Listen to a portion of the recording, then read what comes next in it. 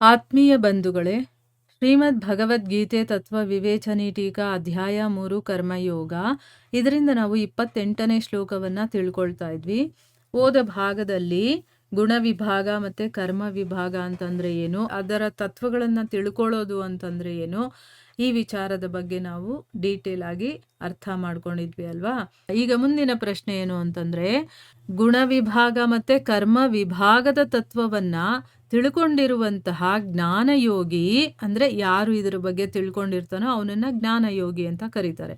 ಅವನು ಸಂಪೂರ್ಣ ಗುಣಗಳಲ್ಲಿ ವರ್ತಿಸುತ್ತವೆ ಅಂತ ತಿಳ್ಕೊಂಡು ಅವುಗಳಲ್ಲಿ ಆಸಕ್ತನಾಗೋದಿಲ್ಲ ಅಂತ ಹೇಳಿದಾರಲ್ಲ, ಇದರ ಅರ್ಥ ಏನು ಅಂತ ಇಲ್ಲಿ ಪ್ರಶ್ನೆ ಕೇಳ್ತಾ ಇದ್ದಾರೆ. ಉತ್ತರ ಏನು ಅಂತಂದರೆ, ಈ ಒಂದು ವಾಕ್ಯದಿಂದ ಮೇಲೆ ಹೇಳಿದ ಪ್ರಕಾರ ಅಂತಂದರೆ, ಈ ಹಿಂದಿನ ಭಾಗದಲ್ಲಿ ನಾವು ಪ್ರಶ್ನೆಯನ್ನು ತಿಳ್ಕೊಂಡಿದ್ವಲ್ವಾ, ಗುಣ ವಿಭಾಗ ಮತ್ತು ಕರ್ಮ ವಿಭಾಗ ಅಂತಂದ್ಬಿಟ್ಟು, ಆ ತತ್ವಗಳನ್ನು ಯಾರು ತಿಳ್ಕೊಂಡಿರ್ತಾನೋ ಅಂಥ ಸಾಂಖ್ಯಯೋಗಿ ಮನಸ್ಸು, ಬುದ್ಧಿ, ಇಂದ್ರಿಯ ಮತ್ತು ಶರೀರದ ಮೂಲಕ ನಡೆಯುವಂಥ ಪ್ರತಿಯೊಂದು ಕ್ರಿಯೆಗಳಲ್ಲೂ ಕೂಡ ಗುಣಗಳ ಕಾರ್ಯರೂಪಿ ಮನಸ್ಸು, ಬುದ್ಧಿ ಮತ್ತು ಇಂದ್ರಿಯ ಇಂಥ ಕರಣಗಳೇ ಗುಣಗಳ ಕಾರ್ಯರೂಪವಾದ ತಮ್ಮ ವಿಷಯಗಳಲ್ಲಿ ವರ್ತನೆ ಮಾಡುತ್ತೆ. ಇದಕ್ಕೂ ನನಗೂ ಸ್ವಲ್ಪನೂ ಕೂಡ ಸಂಬಂಧ ಇಲ್ಲ ಅಂತ ಅವನು ತಿಳ್ಕೊಳ್ತಾನೆ. ಈಗ ನೋಡಿ, ಸ್ವಲ್ಪ ನಾವು ಗಮನಿಸ್ಬೇಕು ಇದನ್ನು. ಏನು ಅಂತಂದರೆ, ಇಷ್ಟು ದಿವಸ ನಮಗೆ ಬೇರೆ ರೀತಿಯೇ ಅರ್ಥ ಆಗಿರುತ್ತೆ. ಏನು, ನಾನೇ ಮಾಡ್ತಾ ಇದ್ದೀನಿ, ಇದನ್ನು ಪೂಜೆ ಮಾಡ್ತಾ ಇದ್ದೀನಿ, ನಾನು ಓದ್ತಾ ಇದ್ದೀನಿ, ನಾನು ಬರಿತಾ ಇದ್ದೀನಿ ಅಂತೆಲ್ಲ ನಾವು ಅಂದ್ಕೊಂಡಿದ್ದೀವಿ ಅಲ್ವಾ. ಆದರೆ ಅದೆಲ್ಲ ನಾವು ಮಾಡ್ತಾ ಇರೋದಲ್ಲ. ಅದು ಪ್ರಕೃತಿಯ ಗುಣಗಳು ತಂತಾನಾಗಿ ಆ ಕೆಲಸಗಳನ್ನು ಮಾಡ್ತಾ ಇದ್ದಾವೆ.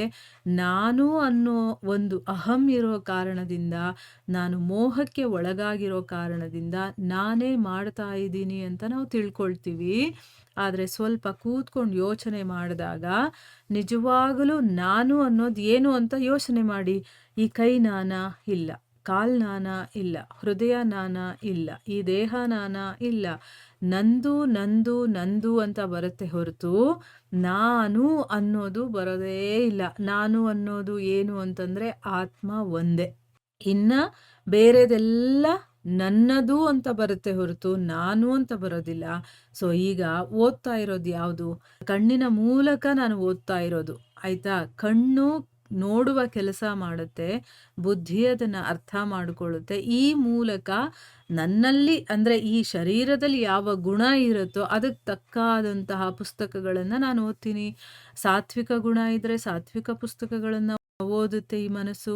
ಅದೇ ನಮಗೆ ರಾಜಸಿಕ ಗುಣ ಇದ್ದರೆ ರಾಜಸಿಕ ಪುಸ್ತಕಗಳನ್ನು ಓದುತ್ತೆ, ತಾಮಸಿಕ ಗುಣ ಇದ್ದರೆ ತಾಮಸಿಕ ಪುಸ್ತಕಗಳನ್ನು ಓದುತ್ತೆ. ಅದೇ ರೀತಿ ಎಲ್ಲವೂ ಕೂಡ, ಎಲ್ಲ ಇಂದ್ರಿಯಗಳು ಕೂಡ ಆ ಗುಣ ಹೇಗಿದೆಯೋ ಅದಕ್ಕೆ ತಕ್ಕಂಥ ಕರ್ಮಗಳನ್ನು ತಂತಾನಾಗೆ ಅದು ನಡೀತಾ ಇದೆ ಈ ಒಂದು ಶರೀರದಲ್ಲಿ. ಇಲ್ಲಿ ನಾನೇನು ಮಾಡ್ತಾ ಇಲ್ಲ.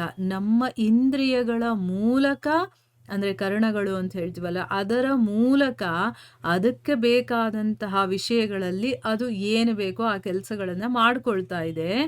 ಇದಕ್ಕೂ ನನಗೂ ಸಂಬಂಧ ಇಲ್ಲ ಅನ್ನೋದನ್ನು ನಾವು ಚೆನ್ನಾಗಿ ಅರ್ಥ ಮಾಡ್ಕೋಬೇಕು. ನೋಡಿ, ಇದು ನಮಗೆ ಬೇರೆಯವ್ರು ಹೇಳಬಹುದು, ಯಾಕಂದರೆ ಅವ್ರಿಗೆ ಅರ್ಥ ಆಗಿರುತ್ತೆ, ಅದಕ್ಕೆ ಅವ್ರು ಹೇಳ್ತಾ ಇದ್ದಾರೆ, ಮತ್ತು ನಾವು ಕೇಳಿಸ್ಕೊಳ್ಳಬಹುದು. ಆದರೆ ನಮಗೆ ಅರ್ಥ ಆಗಬೇಕು ಅಂತಂದರೆ ನಾವು ಮನನ ಮಾಡಬೇಕು, ಅದರ ಬಗ್ಗೆ ನಾವು ಚಿಂತನೆ ಮಾಡಬೇಕು.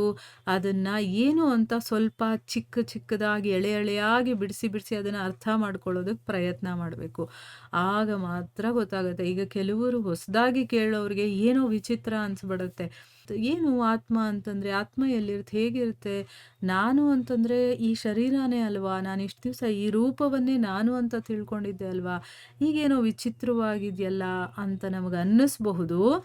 ಆದರೆ ಇರೋದು ರಿಯಾಲಿಟಿ ಇದೆ. ಆದರೆ ನಾನು ಇಷ್ಟು ದಿವಸ ಕನಸಲ್ಲಿ, ಸ್ವಪ್ನದಲ್ಲಿದ್ದೀನಿ. ಅದಕ್ಕೋಸ್ಕರ ನನಗಿವಾಗ ಈ ವಿಚಾರಗಳೆಲ್ಲ ಹೊಸದು ಅನಿಸುತ್ತೆ. ಆದರೆ ಸ್ವಲ್ಪ ಕೇಳ್ತಾ ನಮಗದು ಅರ್ಥ ಆಗ್ತಾ ಹೋಗುತ್ತೆ. ಯಾಕಂದರೆ ಆಲ್ರೆಡಿ ನಾವು ಅದೇ ಆಗಿರೋದ್ರಿಂದ ನಾವು ಸಚ್ಚಿದಾನಂದ, ಅಂದರೆ ನಾವೇ ಜ್ಞಾನದ ಸ್ವರೂಪರು.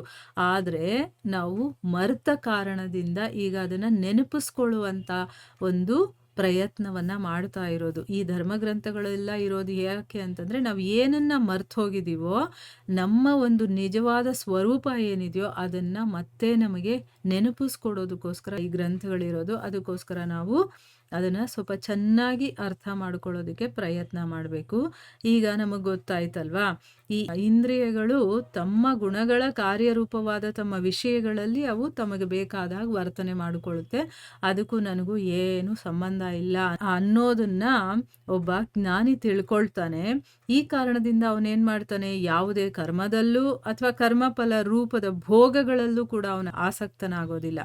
ಅಂದರೆ ಯಾವುದೇ ಕರ್ಮದ ಜೊತೆ ಅಥವಾ ಅದಕ್ಕೆ ಬರುವಂಥ ಫಲ ಇದೆಯಲ್ಲ, ಅದಕ್ಕೂ ನನಗೂ ಯಾವ ರೀತಿ ಸಂಬಂಧನೂ ಇಲ್ಲ ಅನ್ನೋದು ಅವನಿಗೆ ಗೊತ್ತಿರುತ್ತಲ್ಲ, ಅದಕ್ಕೆ ಅವನು ಯಾವುದೇ ಸಂಬಂಧಗಳನ್ನು ಸ್ಥಾಪನೆ ಮಾಡ್ಕೊಳ್ಳೋದಿಲ್ಲ. ಅವುಗಳನ್ನೆಲ್ಲ ಅವನು ಯಾವ ರೀತಿ ನೋಡ್ತಾನೆ ಅಂತಂದರೆ, ಇವು ಅನಿತ್ಯವಾಗಿರುವಂಥದ್ದು, ಇದು ಜಡ, ಇದು ವಿಕಾರಿ ಮತ್ತು ನಾಶವಾಗುವಂಥದ್ದು, ಮತ್ತು ತನ್ನನ್ನು ತಾನು ಯಾವಾಗಲೂ ಕೂಡ ನಿತ್ಯ ಶುದ್ಧ ಬುದ್ಧ ನಿರ್ವಿಕಾರ ಅಕರ್ತ ಮತ್ತು ಸರ್ವತಾ ಅಸಂಗ, ನಾನಿದು ಯಾವುದಕ್ಕೂ ಅಟ್ಯಾಚ್ ಆಗಿಲ್ಲದೆ ಇರೋನು ಅಂತ ಯಾವಾಗೂ ತಿಳ್ಕೊಂಡಿರ್ತಾನೆ ಅನ್ನುವಂಥ ಒಂದು ವಿಷಯವನ್ನು ಇಲ್ಲಿ ತೋರಿಸೋದಕ್ಕೋಸ್ಕರ ಈ ರೀತಿ ಹೇಳಿದ್ದಾರೆ. ನೋಡಿ ಎಷ್ಟು ನೀಟಾಗಿ ವಿವರಣೆ ಮಾಡಿದ್ದಾರೆ. ಈಗ ಏನು ಕಾರ್ಯಗಳು ನಡೀತಾ ಇದೆಯೋ ಅದು ತಾನಾಗಿ ನಡೀತಾ ಇರುವಂಥ ಕಾರ್ಯಗಳು ಅನ್ನೋದು ಅವನಿಗೆ ಚೆನ್ನಾಗಿ ಗೊತ್ತಿರುತ್ತೆ.